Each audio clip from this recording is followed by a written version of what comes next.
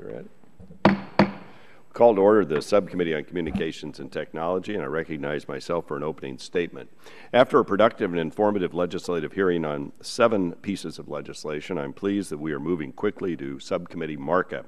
It was clear to me after the testimony and questions we heard last week these bills are all worthy candidates for becoming law.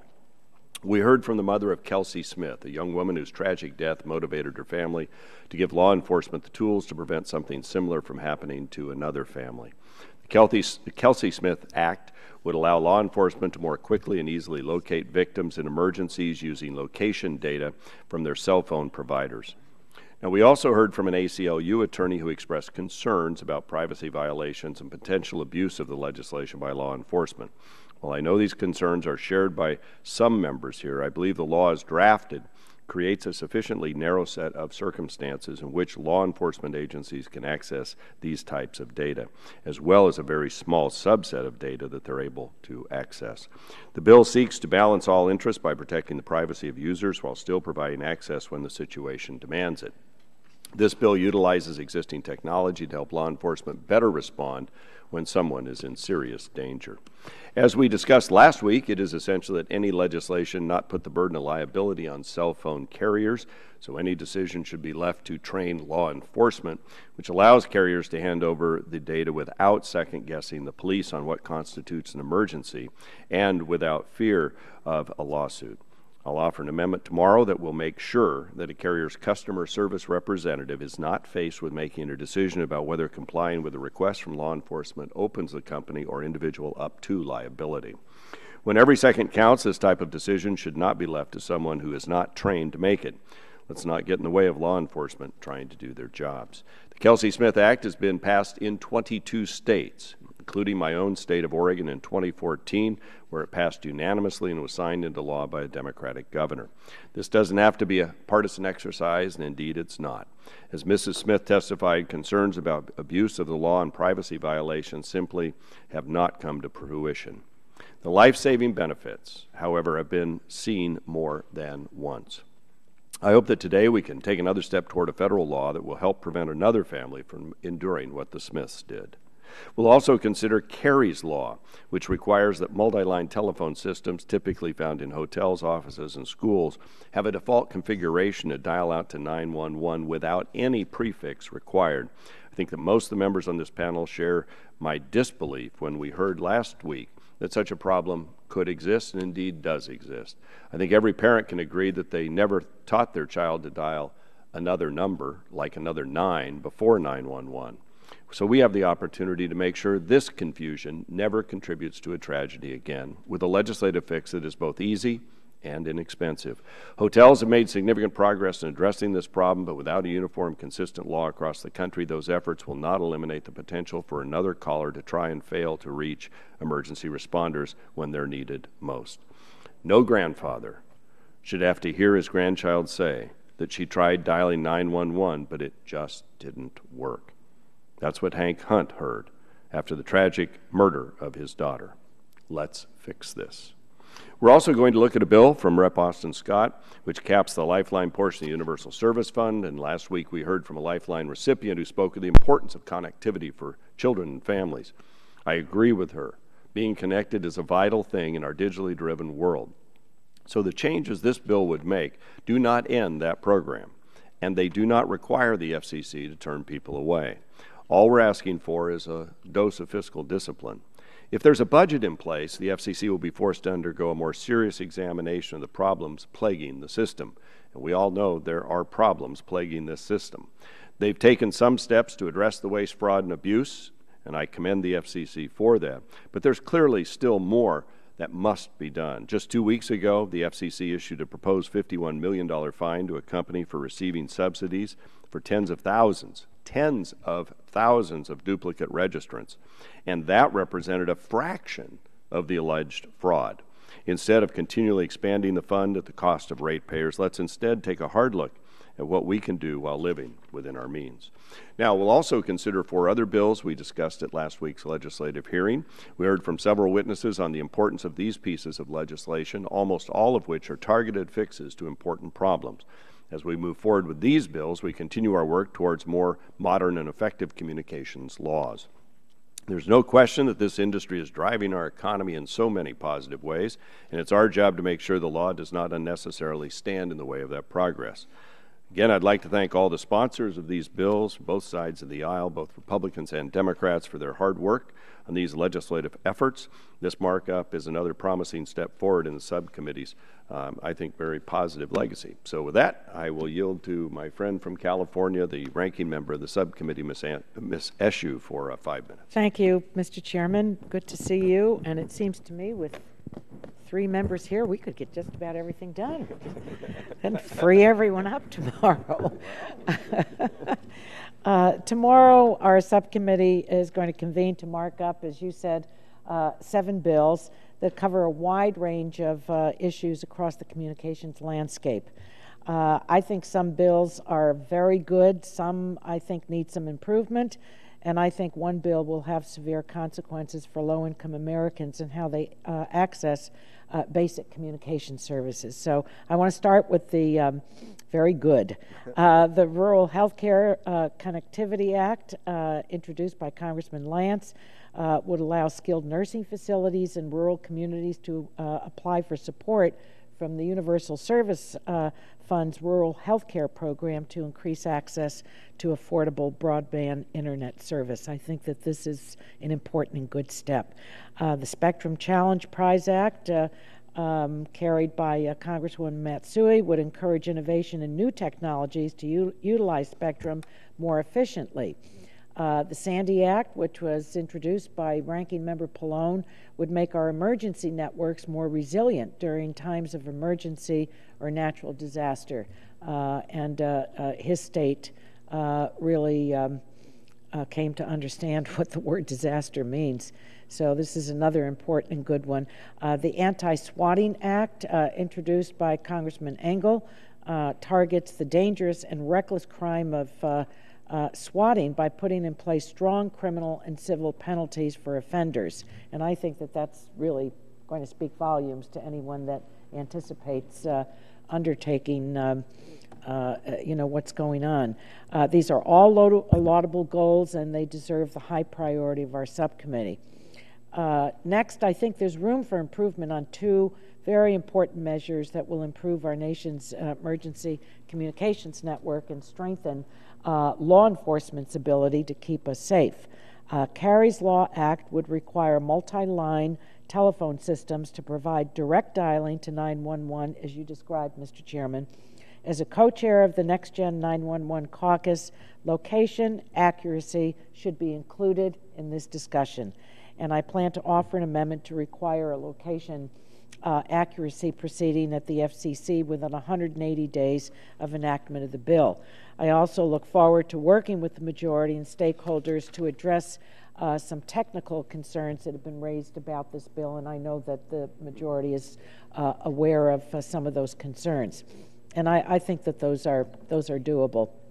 The Kelsey-Smith Act would require wireless carriers to provide law enforcement officials with location information for an individual's device if that person is believed to be in an emergency situation.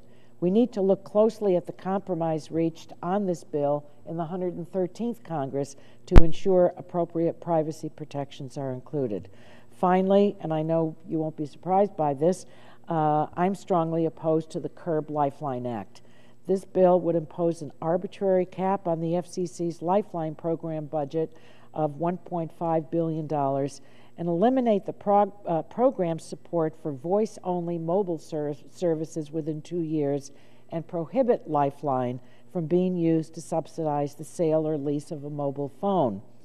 I'm struck by the word lifeline. That's exactly what it is.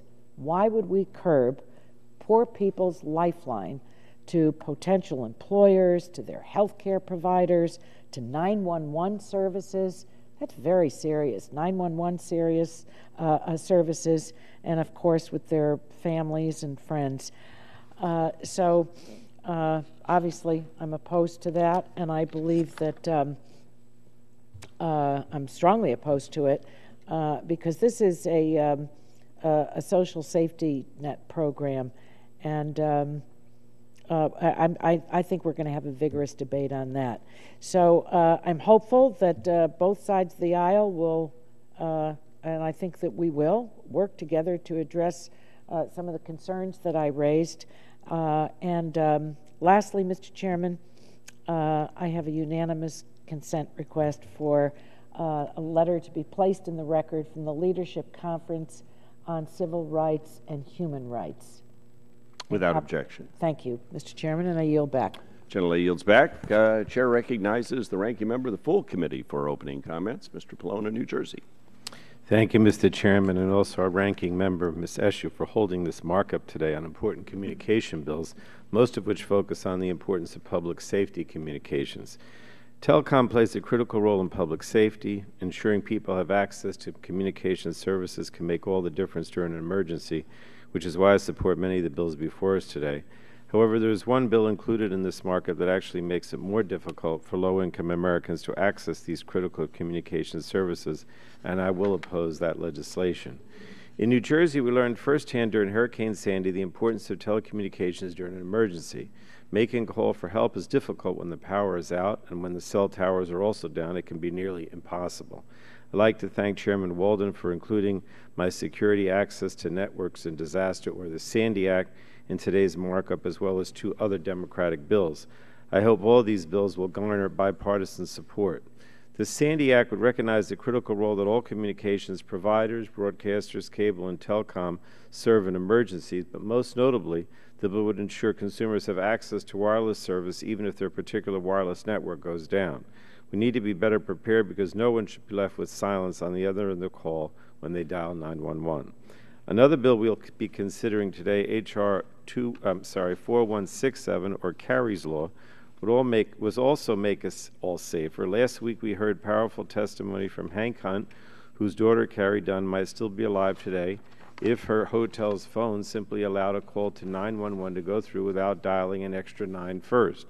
We should never let that happen again, which is why I support the bill named for Mr. Hunt's daughter. However, this bill can be even stronger. With minor changes, it can save more lives. Last week, we heard that another problem with these multi-line systems is that they don't deliver precise location information to first responders.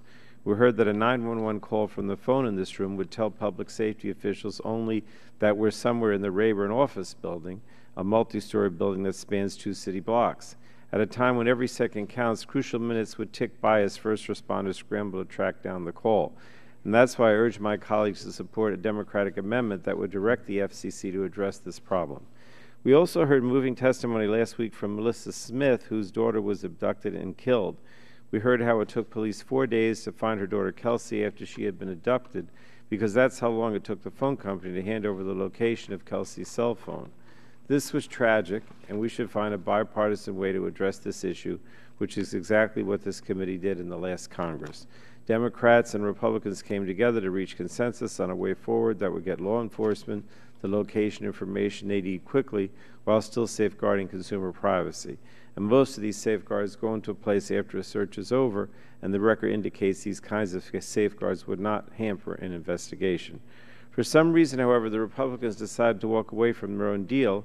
Instead, we have H.R. 4889, a version of the bill that drops all the consumer safeguards the Republicans agreed to in the last Congress. But it's not too late.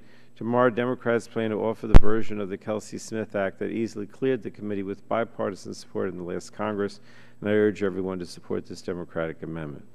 Unfortunately, not all of the bills before us today actually make us safer. As the other bills we're considering today make clear, our phones are the essential life-saving devices that we keep with us every day. But H.R. 4884 would set a cap on the Lifeline program and effectively rip these essential life-saving devices from the hands of the people who need help the most. Last week, Abigail Medina told us about how her phone truly was her lifeline when she was on the program. A Republican witness countered that low-income Americans do not need the program because they can get online at restaurants or coffee shops. So I ask everyone here today, would you give up your phone and just go online at a coffee shop? Well, if not, why is that okay for millions of Americans who rely on the Lifeline program to provide them with their basic communication services, including the ability to call 911? The best way to lower the cost of the Lifeline program is to lift people up, not to take away their connection to a better life. I support the other three bills we're considering today, H.R. 4111, the Rural Health Care Connectivity Act, which would ensure support for communications to skilled nursing facilities. This is a common-sense bill that provides these facilities in rural areas with reasonable comparable rates for telecommunications services provided to those in urban areas. H.R. 4190, the Spectrum Challenge Prize Act, is Congresswoman Matsui's creative approach to improving wireless technology by encouraging innovators to find new ways to make sure that the billions of wireless devices worldwide can all connect without interfering with each other. And finally, H.R. 2031 from Congressman Engel would increase the penalties for an abhorrent practice. Swatting is when one person uses a fake caller ID to call a SWAT team against someone else, often as a prank. This behavior should not be tolerated, and I fully support this bill to stop it once and for all. So again, I yield back and thank you for putting these bills together today. It's a good combination, other than the Lifeline bill. Well, the gentleman yields back the balance of his time, and I kind of liked your suggestion, just going ahead. We could, voice vote. Realize how much we could get done? Right. I don't see anyone else from the subcommittee at this time to make opening statements, so the committee will, oh, wait a minute, I probably have some official script I'm supposed to read here. So the chair calls up H.R. 4889 and asks the clerk to report. H.R. 4889, to amend the Communications Act of 1934 to require providers of... Without objection, the first reading of the bill is dispensed with. The bill will be open for amendment at any point. So ordered. We're now on H.R. 4889. The subcommittee will reconvene tomorrow at 2 p.m., and I remind members the chair will give priority recognition to bipartisan amendments, and I look forward to seeing all of you tomorrow. Without objection, the subcommittee stands in recess.